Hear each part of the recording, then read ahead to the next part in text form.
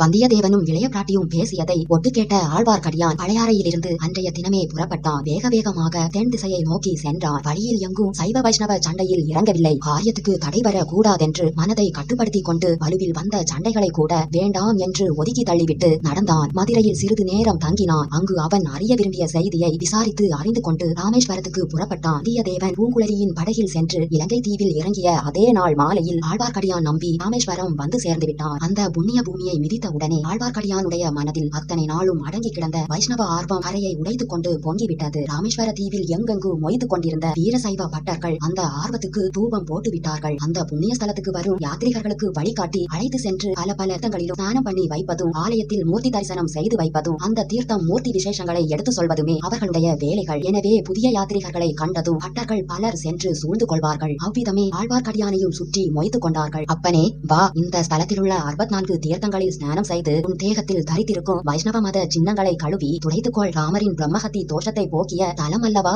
இது. வைஷ்ணவ மத சின்னங்களை நீ அணிந்ததினால் ஏற்பட்ட பாவங்களையும் போக்கிக் கொள்ளலாம் என்று ஒரு பட்டர் கேலியாக பேசினார். இன்னொருவர் குறுக்கிட்டு ராம தீர்த்தம், லட்சுமண தீர்த்தம், ஆஞ்சநேய தீர்த்தம், சுக்ரீவத தீர்த்தம் இப்படி 64 தீர்த்தங்கள் இருக்கின்றன. ஒவ்வொருவரும் அந்த தீர்த்தத்தில் தலைமூழ்கி அவர்களுடைய தோஷத்தை போக்கிக் கொண்டார்கள். நீ என்னுடன் முதலில் ஆஞ்சநேய தீர்த்தத்துக்கு வா, வைஷ்ணவ சின்ன தோஷத்துக்கு சரியான சங்கல்பம் பண்ணி வைக்கிறேன். மற்றொரு பட்டர், அப்பனே இவர்கள் சொல்வதை கேளாதே. ராமர் ராவணனை கொன்ற பிரம்மஹத்தி தோஷத்தை போக்கிக் கொள்வதற்காக சமுத்திர மணலை பிடித்து வைத்து சிவலிங்கமாக பூஜித்த இடத்துக்கு உன்னை நேராக அழைத்து போகிறேன். ஆழ்வார்க்கடியான் கண்ணில் தீப்பொறி பறக்க எல்லோரையும் ஒரு தடவை விழித்து பார்த்து, நிறுத்துங்கள் உங்கள் அபத்த பேச்சை. முதலில் நீங்கள் சொன்ன தீர்த்தங்களினால் உங்களுடைய நாக்கை அலம்பி உங்கள் பாவத்தை தீர்த்து கொள்ளுங்கள். ஓஹோ, ராமன் லட்சுமணன் என்றெல்லாம் சொன்னதனால் எங்களுக்கு பாவம் வந்திருக்கும் என்று நினைக்கிறாயா? அப்படி ஒன்றும் இல்லை. இந்த கஷேத்திரத்துக்கு பெயரே ராமேஸ்வரம். ராமர் ஈஸ்வரனாகிய சிவபெருமானை பூஜை செய்து பாவத்தை போக்கிக் கொண்ட இடம். அத்துடன் ராமர் என்ற பெயரில் இருந்த தோஷமும் போய்விட்டது என்றார் ஒரு வீரசைவ பட்டர். ஓ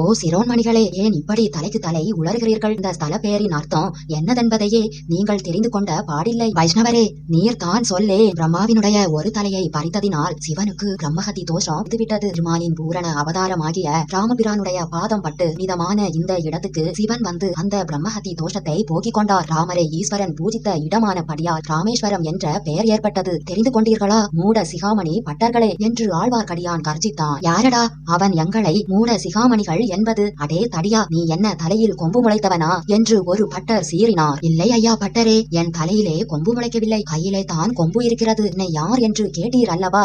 சொல்கிறேன். திருக்குறுகூரில் அவதரித்து வேதம் தமிழ் செய்த நம்மாழ்வாரின் அடியார்க்கு அடியான், மற்றவர்கள் மண்டையில் நையை புடைக்கும் கைத்தடியான் என்று கைத்தடியை தூக்கி காட்டினான். ஆழ்வார்க்கடியானே, நீ ஏன் உன் தலையில் முன்புறத்தில் குடுமி வைத்திருக்கிறாய்? அதையும் மழுங்க சிரைத்து விட்டாயானால் உன் மண்டையில் உள்ளும் புறமும் ஒன்றா இருக்கும் என்றார் ஒரு சைவ. பட்டர்களே, இந்த புண்ணிய கஷேத்திரத்திலே வந்து என் முன் குடுமியை எடுத்து விடுவதாகவே எண்ணியிருந்தேன். அதற்குள் நீங்கள் ஞாபகப்படுத்தினீர்கள். அடே, நாவிதர் தெருவுக்கு சென்று ஒரு நாவிதனை அழைத்து வாருங்கள். கத்தியை நன்றாய் தீட்டிக் கொண்டு வர சொல்லுங்கள். இவனுடைய தலைமுடியை ஆணிவேரோடு களைந்தறிய சொல்லலாம் என்றார் ஒரு பட்டர். இதற்கு நாவிதர்களை எதற்காக கூப்பிட வேண்டும்? நாமே அந்த கைங்கரியம் செய்து விடலாமே. நல்ல கூர்மையான கத்தியாக கொண்டு வாருங்கள் என்றார் இன்னொரு சைவர். பட்டர்களே, கொஞ்சம் பொறுங்கள், இன்னும் ஒரு விஷயம் பாக்கியிருக்கிறது. ஒரு காலத்தில் என் தலை முழுவதும் தலைமுடி அடர்த்தியாக இருந்தது. ஒரு சைவனுடைய மண்டையை உடைத்துவிட்டு என் தலையிலிருந்து ஒரு ரோமத்தை வாங்கி விடுவதென்று விரதம் எடுத்துக்கொண்டேன். அதன்படி முக்காலே அரைக்கால்வாசி தலைமுடி தீர்ந்து விட்டது. இந்த ஊரில் என் முழு விரதத்தையும் நிறைவேற்றி கடலில் ஒரு முழுக்கு போட போகிறேன். எங்கே?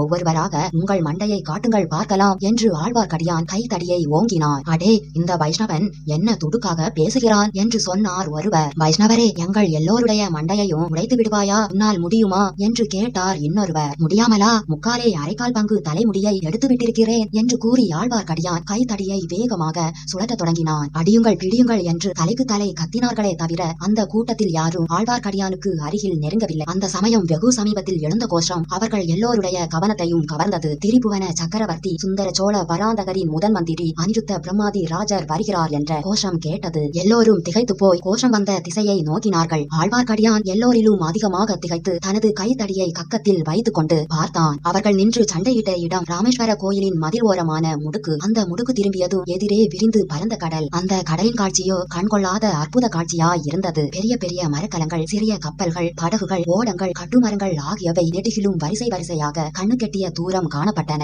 கட்டியம் கோரிக்கொண்டு வந்த காவல் வீரர்கள் இன்னும் பின்னும் தொடர சோழ சாம்ராஜ்யத்தின் புகழ்பெற்ற முதன் மந்திரி அன்பில் அனிருத்த பிரம்மராயர் ராஜ கம்பீரத்துடன் ஒரு படகில் வந்து கொண்டிருந்தார். கரையில் கோயில் மதில் ஓரமாக நடந்து கொண்டிருந்த சச்சரவை அவர் கவனித்தார். கூட்டத்தின் நடுவில் கக்கத்தில் தடியுடன் பரம சாதுவை போல் நின்ற ஆழ்வார்க்கடியானை கையினால் சைகை செய்து அருகில் அழைத்தார். ஆழ்வார்க்கடியான் பயபக்தியுடன் கையை கட்டிக்கொண்டு கடற்கரை ஓரமாக நின்றான். திருமலை, இது என்ன தெருக்கூத்து என்று கேட்டார் அனிருத்தர். குருவே, எல்லாம் கபட நாடக கண்ணனின் திருக்கூத்து தான். என் கண்களில் காண்பதை நான் நம்புவதா இல்லையா என்றே தெரியவில்லை. நான் காண்பது கனவா, வெறும் மாயையா? திருமலை, உன்னை பரம வைஷ்ணவன் என்று நினைத்தேன். எப்போது பிரபஞ்சத்தை மாயை என்று சொல்லும் மாயாவதியானாய்? குருவே, பரம வைஷ்ணவ பரம்பரையில் அவதரித்த தாங்கள் சைவ சமயம் ஆகும் போது நான் ஏன் மாயாவதி ஆகக்கூடாது? என்னுடைய பெயரை மாற்றிக்கொண்டு ஸ்ரீ சங்கர பகவத் பாதாச்சாரியாரின் அடியார்க்கு அடியான் ஆகிவிடுகிறேன். திருமலை, கொஞ்சம் பொறுமைக்கொள். நான் சைவ சமயம் ஆனதாக யார் சொன்னது? குருவே, தங்கள் திருமேனியில் உள்ள சின்னங்கள் சொல்லுகின்றன. திருமலை, நீ இன்னும் முன் போலவே இருக்கிறாய். புற சின்னங்களுக்கே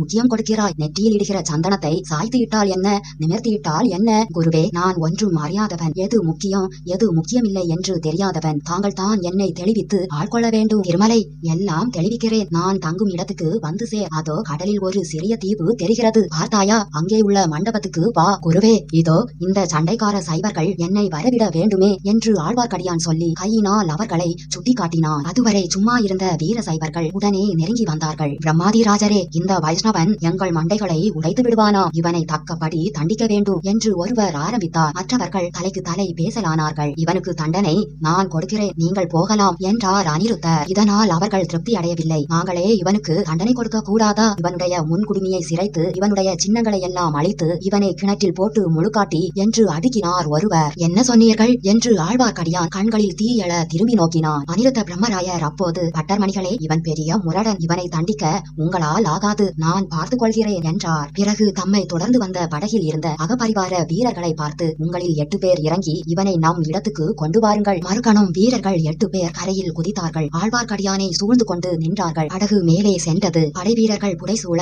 ஆழ்வார்க்கடியானும் போனான். பட்டர்களும் மற்றவர்களும் அந்த வைஷ்ணவனுடைய முரட்டுத்தனத்தை குறித்து பலவாறு பேசிக்கொண்டு கலைந்து போனார்கள். பல ஆண்டுகளுக்கு முன்பு திருச்சிராப்பள்ளி ஜில்லா லால்குடி தாலுகாவில் அன்பில் என்ற பெயர் கொண்ட கிராமம் ஒன்று இருந்தது. இதை வடமொழியாளர் பிரேமபுரி என்று மொழிபெயர்த்து கையாண்டிருக்கிறார்கள். இந்த கிராமத்தில் ஒரு வேளாளர் தம்முடைய பழைய வீட்டை இடித்து புதுப்பித்து கட்டுவதற்காக அஸ்திவாரம் தோண்டினார். அப்போது ஓர் அதிசயமான வஸ்து பூமிக்கடியிலிருந்து அகப்பட்டது. பல செப்பு தகடுகளை நுனியில் துவாரமிட்டு வளையத்தினால் கோர்த்திருந்தது. அந்த தகடுகளில் ஏதோ செதுக்கி எழுதப்பட்டிருந்தது. 2 ஆள் தூக்க முடியாத கனமுள்ள அந்த தகடுகளை அவர் சில காலம் வைத்திருந்தார். பிறகு அந்த கிராமத்துக்கு கோயிலை புதுப்பித்து திருப்பணி செய்யலாம் என்று வந்த ஸ்ரீ RSS லட்சுமண செட்டியார் என்பவரிடம் அத்தகடுகளை கொடுத்தார். அத்தகடுகளில் சரித்திர சம்பந்தமான விவரங்கள் இருக்கலாம் என்று ஊகித்து அவற்றை எடுத்துக்கொண்டு போய் மகோபாத்தியாய சுவாமிநாத ஐயர் அவர்களிடம் தந்தார். ஐயர் அவர்கள் அச்செப்பேடுகளில் மிக முக்கியமான விவரங்கள் இருப்பதைக் கண்டு அந்த நாளில் சாசன ஆராய்ச்சியில் ஈடுபட்டிருந்த ஸ்ரீ TA கோபிநாத ராவ் என்பவரிடம் அத்தகடுகளை சேர்ப்பித்தார். ஸ்ரீ கோபிநாத ராவ் அச்செப்பு தகடுகளை கண்டதும் அருமையான புதையலை எடுத்தவர் போல் அகமகிழ்ந்தார். ஏனென்றால்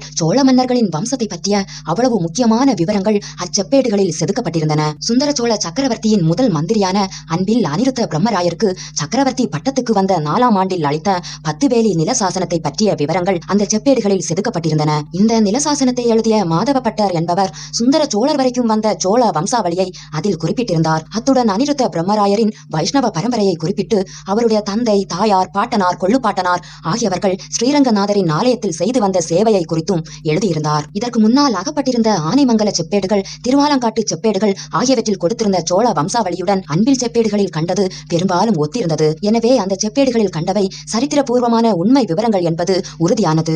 மற்ற 2 செப்பேடுகளில் காணாத இன்னும் சில விவரங்களும் இருந்தபடியால் அன்பிற் செப்பேடுகள் தமிழ்நாட்டு சரித்திர ஆராய்ச்சி துறையில் மிக பிரசித்தி அடைந்தன. எனவே அனிருத்த பிரம்மராயர் என்பவர் சரித்திர செப்பேடுகளில் புகழ்பெற்ற சோழ சாம்ராஜ்ய மந்திரி என்பதை இந்த சரித்திர கதை மூலம் உறுதியாகிறது. ராமேஸ்வர பெருந்தீவை அடுத்த சிறிய தீவுகளில் ஒன்றில் ஒரு பழமையான மண்டபத்தில் அனிருத்த பிரம்மராயர் கொலுவீட்டிருந்தார். அவருடைய அமைச்சர் வேலையை நடத்துவதற்குரிய சாதனங்கள் அவரை சூழ்ந்திருந்தன. கணக்கர்கள், ஓலை எழுதும் திருமந்திர நாயகர்கள், அகப்பரிவார காவலர்கள் முதலியோர் அவரவர்களுடைய இடத்தில் ஆயத்தமாக இருந்தார்கள். அனிருத்தர் படகிலிருந்து இறங்கி வந்து அம்மண்டபத்தில் அமர்ந்து சிறிது நேரம் ஆனதும் தம்மை பார்க்க வந்தவர்களை அழைக்குமாறு கட்டளையிட்டார். 5 பேர் முதலில் வந்தார்கள். அவர்களை பார்த்தால் செல்வச் செழிப்புள்ள வர்த்தகர்கள் என்று தோன்றியது. ஒரு தட்டில் நவரத்தின மாலை ஒன்றை வைத்து சமர்ப்பித்தார்கள். அதை அனிருத்த பிரம்மராயர் வாங்கி கணக்கரிடம் கொடுத்து, செம்பியன் மகாதேவியின் ஆலய திருப்பணிக்கு என்று எழுதி வைத்துக் கொள்க என்று கட்டளையிட்டார். பிறகு வந்தவர்களை பார்த்து, நீங்கள் யார் என்று கேட்டார். நானாதேச திசையாயிரத்து 500 சார்பில் நாங்கள் வந்திருக்கிறோம் என்று அவர்களில் ஒருவர் கூறினார். இந்த வர்த்தக கூட்டத்தார் சோழ பேரரசின் கீழ் கடல் சார்ந்த நாடுகளுடன் வாணிபம் நடத்தி வந்தார்கள். சந்தோஷம். பாண்டிய நாட்டில் உங்களுடைய வாணிபம் செழிப்பாயிருக்கிறதல்லவா? நாளுக்கு நாள் செழிப்படைந்து வருகிறது. பாண்டிய நாட்டு மக்கள் என்ன பேசிக் கொள்கிறார்கள். பாண்டிய வம்ச ஆட்சியை காட்டிலும் சோழகுல ஆட்சியே மேலானது என்று பேசிக் கொள்கிறார்கள். முக்கியமாக இளவரசர் அருள்மொழிவர்மரின் வீர தயாளங்களை குறித்து பேசிக் கொள்கிறார்கள். இலங்கையில் நடப்பதெல்லாம் இந்த பக்கத்து மக்களிடையில் பரவி இருக்கிறது. கீழ்கடல் நாடுகளுடன் உங்கள் கப்பல் வாணிபம் இப்போது எப்படி இருக்கிறது? சுந்தர சோழ சக்கரவர்த்தி ஆளுகையில் ஒரு குறைவும் இல்லை. சென்ற ஆண்டில் அனுப்பிய எங்கள் கப்பல்கள் எல்லாம் திரும்பி வந்துவிட்டன.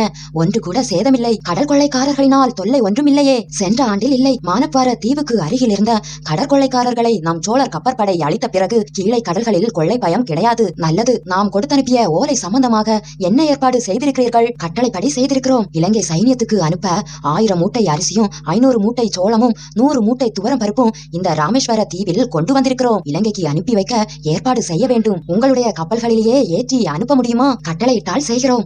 இலங்கை யுத்தம் எப்போது முடியும் என்று தெரிந்து கொள்ள விரும்புகிறோம். அது யாருக்கு தெரியும்? உங்களுடைய வர்த்தக சபைக்கு ஜோதிடக்காரன் இருக்கிறான் அல்லவா? அவனை கேட்டு எனக்கும் சொல்லுங்கள். பிரம்மராஜரே, எங்கள் ஜோதிடக்காரன் சொல்வதையெல்லாம் எங்களாலேயே நம்ப முடியவில்லை. அப்படி அவன் என்ன சொல்லுகிறான்? இளவரசர் அருள்மொழிவர்மர் போகும் இடமெல்லாம் வெற்றிதான் என்று சொல்லுகிறான். அவருடைய ஆட்சியில் சோழ கப்பல் படை கடல் கடந்த தேசங்களுக்கெல்லாம் சென்று வெற்றி கொள்ளும் என்று சொல்லுகிறான். தூர தூரத்தில் உள்ள தேசங்கள் பலவற்றில் புலிகொடி பறக்கும் என்று சொல்லுகிறான். அப்படியானால் உங்கள் பாடு கொண்டாட்டம் தான். ஆம், எங்கள் கடல் வர்த்தகம் மேலும் செழித்து ஓங்கும் என்று சொல்லியிருக்கிறான். மிகவும் சந்தோஷம். ஸ்ரீரங்கநாதருடைய அருள் இருந்தால் அப்படியே நடக்கும். இலங்கையில் யுத்தம் நடக்கும் வரையில் மாதம் ஒரு தடவை நீங்கள் இப்படியே அரிசி முதலியவை அனுப்பி வர வேண்டும். போய் வாருங்கள். அப்படியே செய்கிறோம். போய் வருகிறோம். 500 சபையின் பிரதிநிதிகள் போன பிறகு ஒரு காவலன் வந்து தெரிஞ்ச கைகோள படை சேனாபதிகள் காத்திருக்கிறார்கள், பார்க்க விரும்புகிறார்கள் என்று சொன்னான். வர சொல்லு என்றார் முதலமைச்சர் அனிருத்தர். 3 கம்பீர வீரர்கள் வந்தார்கள்.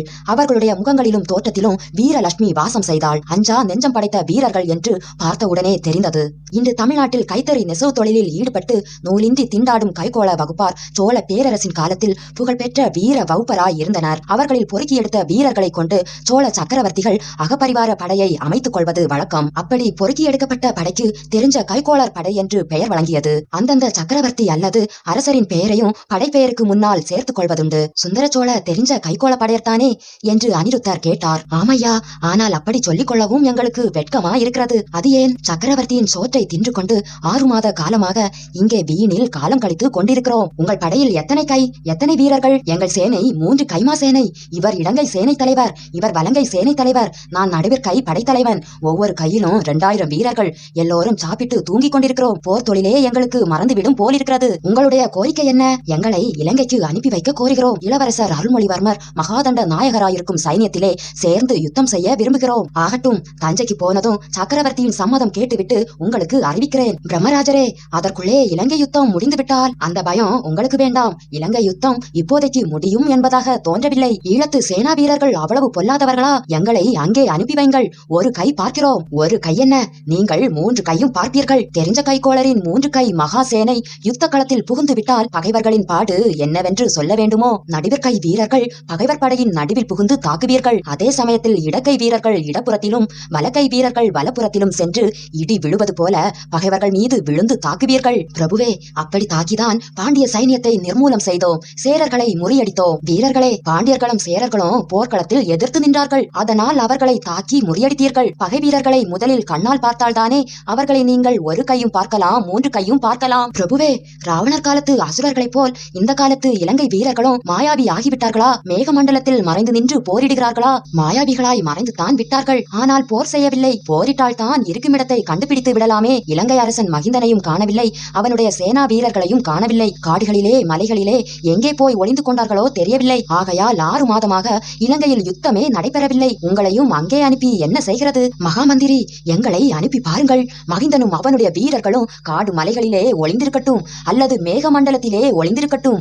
அவர்களை கைப்பிடியாக பிடித்து கொண்டு வந்து இளவரசரின் காலடியில் சேர்க்கிறோம். அப்படி சேர்க்காவிட்டால் தெரிஞ்ச கைகோளர் படை என்ற பெயரை மாற்றிக்கொண்டு வேளாளரின் அடிமைப்படை என்ற பட்டயத்தை பெற்றுக் கொள்கிறோம். வேண்டாம் வேண்டாம், அப்படி ஒன்றும் இப்போது சபதம் செய்ய வேண்டாம். தெரிஞ்ச கைகோளர் படையின் வீர பராக்கிரமம் இந்த தீவுகளில் யாருக்குத்தான் தெரியாது. தஞ்சாவூர் சென்றதும் சக்கரவர்த்தியை கேட்டுக்கொண்டு உங்களுக்கு கட்டளை அனுப்புகிறேன். அதுவரை பொறுமையாக இருங்கள். பாண்டிய நாட்டில் பகைவர்களை அடக்கி அமைதியை நிலைநாட்டி வாருங்கள். மகாமந்திரி, பாண்டிய நாட்டில் இனி அடக்குவதற்கு பகைவர்கள் யாரும் இல்லை. குடிமக்கள் யுத்தம் நின்றது பற்றி மகிழ்ச்சி அடைந்திருக்கிறார்கள். அவரவர்களும் விவசாயம், வாணிபம், கைத்தொழில்களில் ஈடுபட்டு அமைதியான வாழ்க்கை நடத்துகிறார்கள். பாண்டிய மன்னர் குலமோ நாசமாகிவிட்டது. வீரர்களே, அவ்விதம் எண்ண வேண்டாம். வீர பாண்டியனோடு பாண்டிய வம்சம் அற்றுவிட்டதாக நினைக்கிறீர்கள். அது தவறு. பாண்டிய சிம்மாசனத்துக்கு உரிமை கோருவோர் இன்னும் இருக்கிறார்கள். அவர்களுக்காக சதி செய்வோரும் இருக்கிறார்கள். ஆகா, எங்கே அந்த சதிகாரர்கள்? தெரியப்படுத்துங்கள் பிரபுவே. காலம் வரும்போது உங்களுக்கே தெரியும். பாண்டிய குலத்தின் பழமையான மணி கிரீடமும் இந்திரன் அளித்த ரத்தின மாலையும் வைரமிழைத்த பட்டத்து உடைவாளும் இன்னும் இலங்கையில் இருந்து வருகின்றன. ரோகண மலைநாட்டில் எங்கேயோ ஒளித்து வைக்கப்பட்டிருக்கின்றன. அவற்றை மீட்டு கொண்டு வரும் வரையில் பாண்டிய போர் முற்று பெறாது. பிரபுவே, ஆபரணங்களை மீட்டு கொண்டு வர வேண்டும். இளவரசர் அருள்மொழிவர்மரை மதுரை சிம்மாசனத்தில் அமர்த்தி பாண்டிய நாட்டு மணிமகுடத்தையும் பட்டா கத்தியையும் அணிவிக்கும் நாளும் வர வேண்டும். ஆஹா, இது என்ன வார்த்தை சொல்கிறீர்கள்? குடிமக்களின் நாவிலும் போர் வீரர்களின் உள்ளத்திலும் இருப்பதை சொல்கிறோம். வீரர்களே, அதெல்லாம் பெரிய ராஜரீக விஷயங்கள். நாம் பேச வேண்டாம். உங்களுக்கு சந்தோஷம் அளிக்கக்கூடிய வேறு ஒரு முக்கிய விஷயம் சொல்ல போகிறேன். இலங்கை யுத்தத்தோடு யுத்தம் முடிந்துவிடும் என்று நினைக்க வேண்டாம். இளவரசர் அருள்மொழிவர்மர் இலங்கை போர் முடிந்த பிறகு நாலா திசைகளிலும் படையெடுத்து புறப்படுவார். 1000 கப்பல்களில் வீரர்களை ஏற்றிக்கொண்டு கீழ்த்திசை கடல்களிலே செல்வார். தெற்கே முன்னீர்பலத்தீவு 12,000 கைப்பற்றுவார். மேற்கே கேரளம், குடமலை, கொல்லம் ஆகிய நாடுகள் அவருடைய காலடியில் வந்து பணியும். பிறகு வடதிசை நோக்கி புறப்படுவார். வேங்கி, கலிங்கம், இரட்டைப்பாடி நாடுகளுக்கு படையெடுத்து செல்வார். காவிய புகழ்பெற்ற கரிகால வளவனை போல் இமயமலைக்கும் சென்று புலிகொடியை நாட்டுவார். வீர சேனாதிபதிகளே, இப்படியெல்லாம் நமது தென் திசை மகாதண்ட நாயகர் திட்டமிட்டிருக்கிறார். தமிழகத்தில் வீர ரத்தமும் வைர நெஞ்சமும் படைத்த அனைவருக்கும் வேண்டிய வேலை இருக்கும். தத்தம் வீர பராக்கிரமங்களை நிலைநாட்ட சந்தர்ப்பம் கிடைக்கும். ஆகையால் நீங்களும் உங்கள் தெரிஞ்ச கைகோளப்படையும் பொறுமை இழக்க வேண்டாம். சேனாதிபதிகள் மூவரும் ஏக காலத்தில் சுந்தர சோழ சக்கரவர்த்தி வாழ்க, இளவரசர் அருள்மொழிவர்மர் வாழ்க, மகாமந்திரி அனிருத்தர் வாழ்க என்று கோஷித்தார்கள். பிறகு அவர்களில் ஒரு படைத்தலைவன் கூறினான், மகாமந்திரி, இன்னும் ஒரே ஒரு விண்ணப்பம் செய்து கொள்ள விரும்புகிறோம். எங்கள் படையின் பெயர் சுந்தர சோழ தெரிஞ்ச கைகோளப்படை என்பது தாங்கள் அறிந்ததே. சுந்தர சோழ சக்கரவர்த்தியின் திருப்பணியில் உயிரையும் விடுவோம் என்று பகைவர்களின் ரத்தம் தோய்த்த சிவந்த கையினால் அடித்து பிரமாணம் செய்து கொடுத்தவர்கள். ஆகையால் சக்கரவர்த்தியை தவிர வேறு யாரையும் நாங்கள் சேர மாட்டோம். வேறு யார் சொல்வதையும் கேட்க மாட்டோம். வீரர்களே, உங்களிடம் நான் எதிர்பார்த்ததும் இதுவே தான். முன்னொரு காலத்தில் பழுவேட்டரையர்களின் மாபெரும் சேனையில் ஒரு பகுதியாக இருந்தோம். அது காரணம் பற்றி எங்கள் மீது யாருக்கும் யாதொரு சந்தேகமும் ஏற்படக்கூடாது. இது என்ன வார்த்தை? யாருக்கு என்ன சந்தேகம்? தஞ்சாவூரில் நடப்பது பற்றி ஏதேதோ வதந்திகள் காற்றிலே வருகின்றன. காற்றிலே வருகிறது, காற்றோடு போகட்டும். நீங்கள் அதையெல்லாம் நம்பவும் வேண்டாம், திருப்பி சொல்லவும் வேண்டாம். மகாமந்திரி, கொடும்பாளூர் வேளாளர்கள் ஏதாவது எங்களை பற்றி சந்தேகத்தை கிளப்பக்கூடும். கிளப்ப மாட்டார்கள். கிளப்பினாலும் யாரும் கேட்க மாட்டார்கள். மகாமந்திரி, மனித காயம் நிலையற்றது.